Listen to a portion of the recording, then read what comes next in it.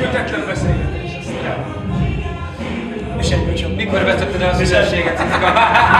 Olyan 3,5 éves lett. Akkor süvegcukorban beleültél. És így volt. Na, jó lesz az interjú, akkor vigyünk már. És azóta vagyok rá a süvegcukrot. Nem is kell köntöt hozni egyből, mert még az interjú. Azóta több süvegcukrot is kipróbáltam. Melyik a legjobb? Hát azt hiszem az a kék. Köszönöm, hogy már megy. Volt az, hogy be volt így bugyolálva. És volt nagy, kicsi, de kajagra. Én nem láttam. Be volt bugyolálva. A szanot. Esküszöm. Valami ácsi cukorgyárba, vagy nem tudom. Mesélj arról, hogy megjelent az új lemez. Új lemez? Igen. Tudod a cím? Igen. Albumcím. Életfogytik föld alatt. Ez 19 számot tartalmaz. Rengeteg producer és közreműködő van rajta, hála jó Istennek. Sajnos mondjuk a fantasztikus az pont nincs rajta, de majd a következő. Nem hívott meg, mert szemét. Én meghívtam, még klipet is forgattam a közös dalnak. Meghívott, csak mondtam, hogy hát az a klip is olyan szarul sikerült. Azért játszottak fél évig a tévén. Így van. Na szóval azon most sajnos a pont nincs rajta, de majd hamarosan megjelenő. Tehát ha minden jól megy, akkor még 2013-ban megjelenik a következő szóló. Persze, azon első számú közreműködő lesz.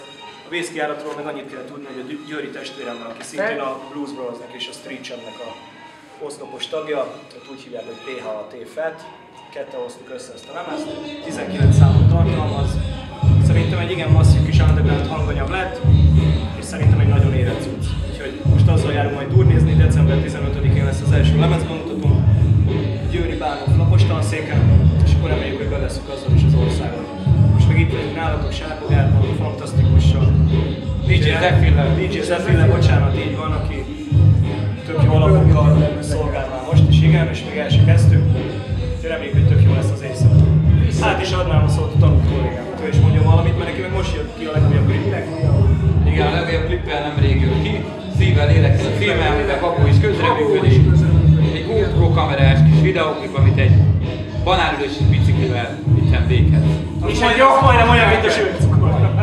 Kicsit kényelmesebb, de... Jachtot ne felejtsd ki. Jachtot. Ja, igen, van benne még egy jacht is természetesen. Eladtad magad?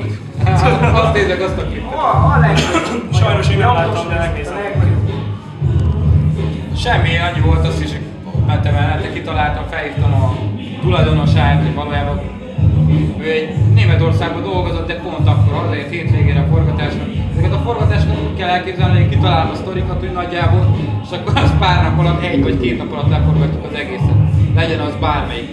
És abból lesz a legjobb. Általában abból van. Ugyanúgy spontán klip forgatás. Például is mutatja, úgyhogy már nem az első klipje, úgyhogy szerintem magáért beszél. Ez a tánzalok, sanzalok, melodrámák lemez, az, ami megjelent, erről az a 7. videó már a szívvel élek. Azért azt el kell mondani mind a kettőtökről, hogy nem ma kezdtétek a szakmát. Nem, már itt voltunk tegnap is. Tegnap ott itt fagyoskodott. Tegnap előtt is. Tehát azért így underground körülbelül eldobni ott is. Csak ott? Nem csak valamit ott, rosszul csinálunk. Most már azért így úgymond néznék körülbelül, de én egyébként ezt így átadnám ezt a részt. A mainstream köröket átadjuk. Igen. Mi mainstream körökben nem leszünk és nem is akarunk benne lenni. Szerintem ezt Elég széles körbe ismertek vagytok. ez így jobban hangzik, a mainstream-et azt így nagyon. A mainstream itthon egy olyan nagyrakás kalapszart képvisel, aminek mi nem leszünk a részesei se. Még lehetne jó az is egyébként. Lehetne. Minőségi zenét csinálunk. Mindig azt vajázzák, és az a mainstream, ami szar, úgyhogy. Nem, mi undergroundot képviselünk, és ehhez hülyek maradunk. Akármennyire közhely. Akkor úgy fogalmaznék, hogy az underground egyre szélesebb körbe lesz befogadó, képesebb. De igazából a magyar mainstream fogalmaztam. A magyar mainstream. A magyar mainstream-et ugyanaz a probléma, mint az egész országnak, hogy ugyanúgy megint urambátyámozás megy. És itt az a baj igazából, hogy készkedett most, staféták mennek át, lehetőségek, családok, akik igazából újják ugyanúgy a médiát az előtt 50 éve. Nem tudom mennyi idő kell még ehhez. Tehát, hogy ez változik. Nem, be ezért vagyunk mi, hogy ezeket szétbombázzuk ezeket. Mindenki kösse meg a kis gatyamadzanat. Egyébként mostanában a média jobban, vagy valamennyivel jobban fordul az underground felé, mert észrevett, hogy értéket képvisel. Ellenben a popzenével, ami nem sokat. De én meg pont arra gondoltam ebből, amit a fan mond, hogy szerintem csak megpróbálják eladhatóvá tenni, de hát ez ugye nem fog sikerülni, mert akik úgymond jeles képviselői ennek a szcénának, azok nem fogják eladni magukat, ahogy eddig se tették, úgyhogy ennek meg élharcosan fantasztikus, és remélem, hogy mondhatom, hogy én is meg a vészkiálló PH-ban. És még vannak jó pár, Győrben a Dzsambalaja, úgyhogy a Kávat a Tabányáról, úgyhogy vannak még olyan kis bástyák, akik nem fogják ezt átengedni. És egyébként ez nagyon helyes. Szerintem így. Hát, hogyha valami felé elhivatottak vagyunk, akkor ezt vigyük végig. Nagyon komoly interjú lesz az a végén. Nem is gondoltam volna. Meg beszéljünk még, hát azért, hogy amiből összevágjuk. A készültségünk az hatalmas ezen a téren. Most én azért elég régóta így mozgok ezekben az underground körökben. Az utóbbi időben picit így eltértem e felől, tehát nem vagyok annyira képben a mostani underground előadó, illetve az előadókkal képben vagyok, de az új lemezekkel, az új megjelenésekkel, azt nem látjátok. Elég régóta nyomultok hip-hop bulikba is. Csak ott, de régóta felléptem. Mikor kezdődött ez az egész? Amikor úgy rávitt benneteket a lélek arra, hogy rapzenét csináljatok. Sziszka? A legjelent azt így nem tudnám megmondani, mert szerintem akkor még Bonanza Banzait is hallgattam, de nem tudom tényleg. Olyan úgy érezted, hogy így 13-14 éves koromban hallottam először magyar rappet. Ők a győri Morning Shots volt, a legendás Morning Shots. És akkor már azt gondoltam, hogy kb. Én ugyanezt gondolom, mint ők, de akkor még nem volt ennyire tudatos, csak hallgattam őket, úgyhogy talán ez volt a szikra. És így innen kezdődött, de így a szövegírással komolyabban 98 óta foglalkozom, és 2000 óta lépek fel. Tehát saját produkciókra. De hát folyamatosan tanulok én is, tehát most attól függetlenül, hogy én tudom, én 10 éve járok fellépni, meg lassan 13 éve csinálom ezt az egészet.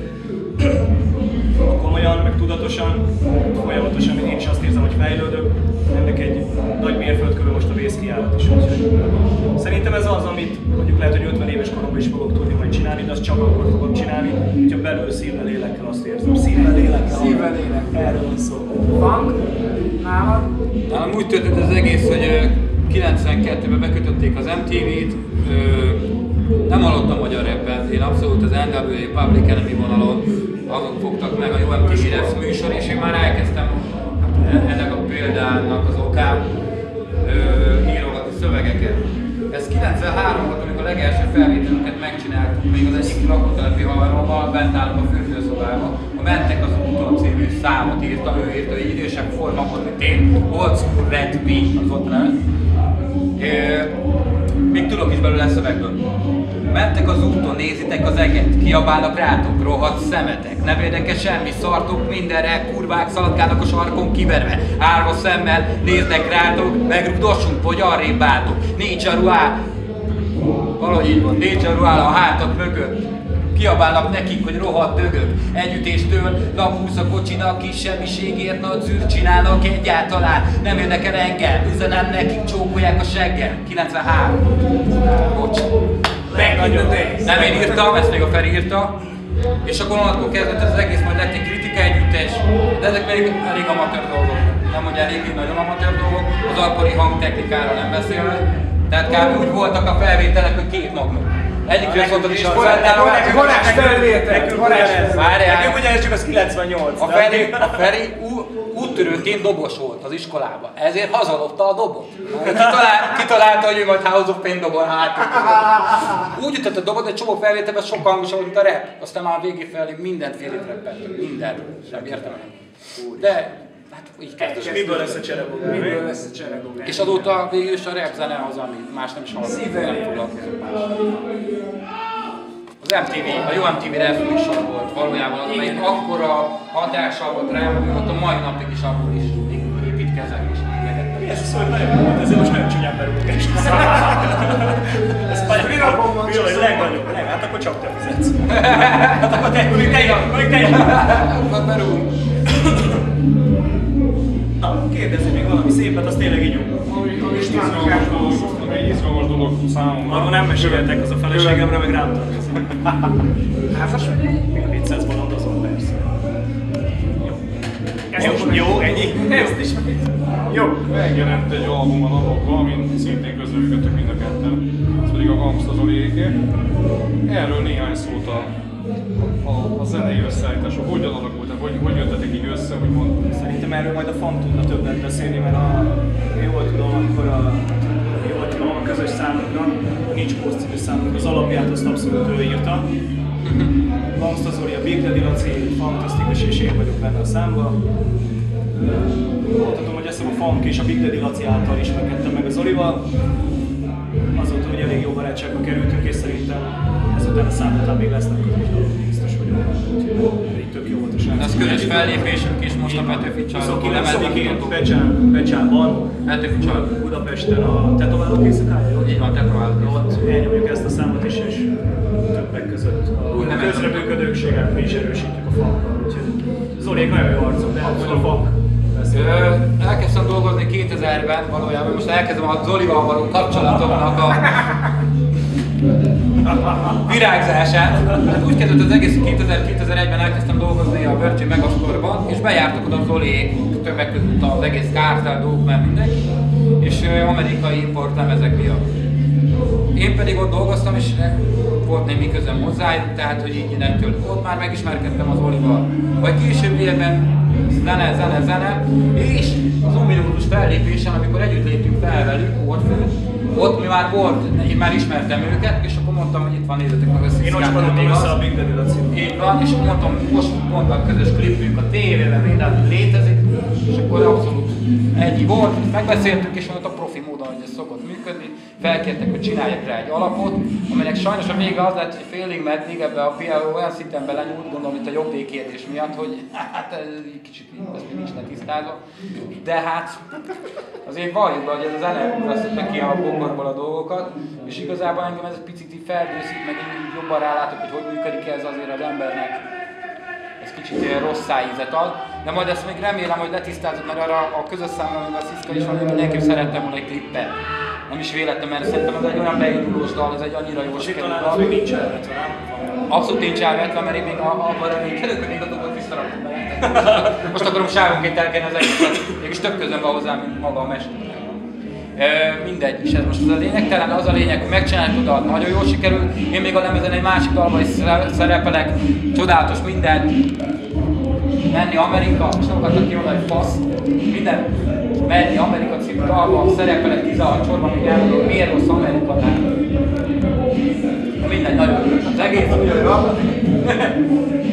Egyébként otthon én még zenéket is készítek, és most csinálom a 3 stúdiómat, amit már 2 éve rakok össze, és olyan szintre, hogy mindenemet kiveszítem a 3 pénzemet elveszem egy életemben, nem voltam volna, de nem baj, hamarosan már lesz. Óriási repsztárok vagyunk, így ez neki visszafogja. Remélem, hogy sajnáltatja magát. Remélem, hogy visszafogja. Igazából nekem az a hobbi listám mindenképpen. De hogy borsolom, hogy Zámbék mennyibe jöttem, fura lenne, hogy Budára jöttem volna, és egy ilyen sapka van rajta. Mondjuk én Budára jöttem. Tatabány Budában, Budai oldalt. Viszont nagyon durva az, hogy a héten a Facebookon rámít egy srác, hogy látta az új klipet, és van benne egy piros lemezjátszó. Egy ilyen retro popszám lemezjátszó, és eldobta az első kérdés a srácnak, csak hogy hol jár.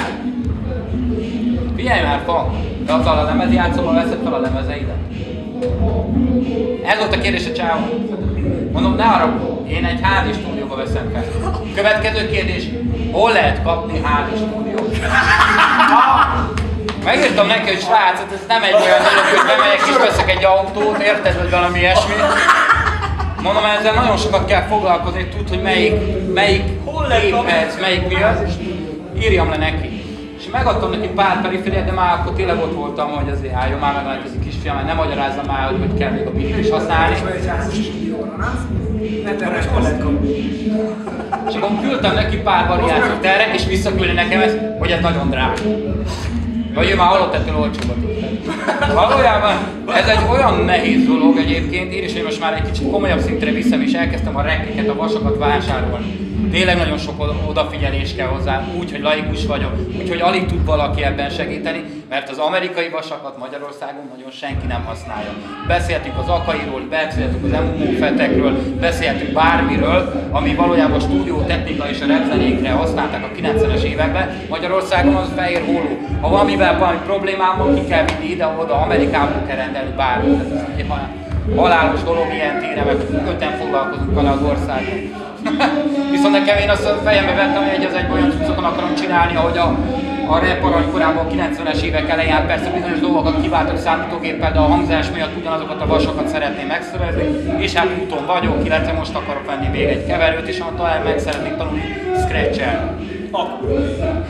És szerintem egy-két éven belül az is menni fog. De nem lesz ilyen DJ-ne tovább. DJ-ne tovább nem leszek, csak annyit akarok emlékszel régi lemezeken, tök alap scratch-ek vannak, beszéltünk a House of Pain-ről, beszéltünk ezekről, hogy pontosan az ízt adják a scratch-ek, nem a virtuózitásról szól. Tisztelem azokat a DJ-nek Magyarországon, mert nagyon jó DJ-ink vannak hip-hopban, és nagyon-nagyon nincsenek megfizetve, tegyük fel nem csak Zephyrről, itt olyan technikai DJ-k vannak, akik leszcratchelnek mindenkit. Csak vicceltem, Zephyr nagyon jó meg. Az a baj, hogy például, hogyha most a Zephyrre rátértünk, akkor ő méltatlanul el van feledve. Körülbelül most fél éve nem hallottam a nevét, ami igen szomorú, mert szerintem itt lehet, hogy én is óvodába vagy iskolába jártunk, amikor ő a pult mögött állt. És igen nagy MC-k előtt. Az biztos, meg hát is nem beszélve, igen komoly közreműködései vannak külföldi előadók. Így van, úgyhogy ő nagyon méltatlanul háttérben van szorító. Az a baj, az igazi magyar jó hip-hop DJ-k, akik tudnak scratchelni is. Egyébként csak onnantól veszek egy DJ-t, aki tud scratchelni. De ez milyen DJ? De már mindenki DJ, topless DJ, porno DJ, akinek büdös a munka, az DJ-nek. Kijön valami majom műsorból, akkor az DJ lesz, ha nem tud énekelni. Vagy fotós. De érted? Azt hiszik sokan, hogy jöttek az új gépek, itt az új digitális fényképezőgépek korszak, amivel videókat lehet csinálni, és akkor én így megy. Most miért mondod? Sokkal nehezebb, tehát te is tudod, hogy egy fényképezőgépet az nem feltétlenül automata fókuszos, hogyha normális képet azt csinál, neked kell húzni. Sokkal nehezebb. Mert hát én is belekezdtem ebbe egy picit ezekbe a videózásokba, és rájöttem arra, hogy ezzel én még már nem akarok ezzel foglalkozni pluszban, mert egyszerűen elég egy külön szakma. Tehát ugyanúgy külön szakma a hangmérnök is, ott a neved a hangmérnök, nem hangszakmunkás, mert akkor tényleg azzal, hogy munkára van szó, hogy hangmérnök. És mind a kettőt ötvöz. Egy bolsodét. Egy bolsodét. Egy sokradét. Mi a véleményetek a jelenleg nagyon magyar hip-hopról? Hát hallgass meg a Vészkiárat Életföldön a című albumát. Megfogom, mert ami promóz element, azt meghallgattam mindegyik. Én nem rendeltem meg a lemezt. Még nem, de... Ezt mondhattam volna interjú előtt, mert akkor csak így álltunk. lehet, hogy jól épül. Mindegy, jó, te tudod. Jó, meg se rendel. Az érek meg nem. Meg se rendel. Sértő. Te is a metrót veszed? Engem se nem mondták, hogy erről mindenki beszél. Nem szoktam lehet. Nem baj, akkor felrúgom holnap szerint. A milyenket valamelyik barom megvette, és aznap feladta, és az enkoron föl. Ezt meg tudom tapsolni az íznek. Azért mondom, a pénzt, ő megveszi, és felrakja, hogy töltse. Azért veszi. Atya úr. Annyi ki voltak? Funkadeli. Nem. Még ki volt. Visszatérve... Főhozza a Funkadeli. Legyen a valami jó fel. Fényes van. Atya úristen. Visszatérve tényleg a mostani magyar, jelenlegi magyar hip-hopról mi a vélemény? Hát én a fantasztikusról nagyon sokat tudnék beszélni. És ő még jó De ugye az összes MC-ről. Hát igen. De hogy mondhatod az összes MC-ről vélemény? Az biztos, hogy Magyarországon most az underground rap, illetve a rap megint elkezdődött egy olyan felfelé ívelő vonalon, hogy az hihetetlen. Hála az égnek. De nézzük már meg, hogy milyen produkciók vannak. Ahhoz képest már lassan ez a műfaj oda nyom minden. Heti rendszeresen érnek olyan tippek a magyar rapre, hogy elmehet mindenki egy bolyát.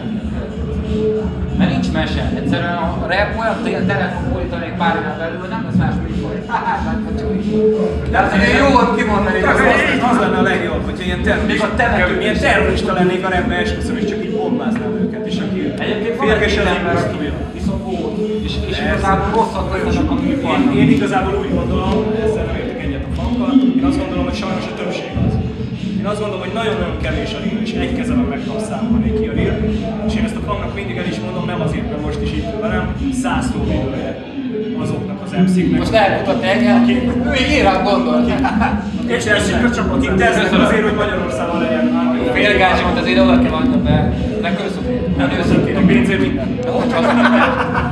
De most ez komolyan így gondolom, és hogy nagyon sokan így gondolják. De az a baj, hogy kevesebb valójában 20 ember. Kevesebb vagyunk, és sok a bókusz. Aki kemény magot nem edünk még 20-25 nem egy kompániától, akik egyáltalán nem adják el magukat,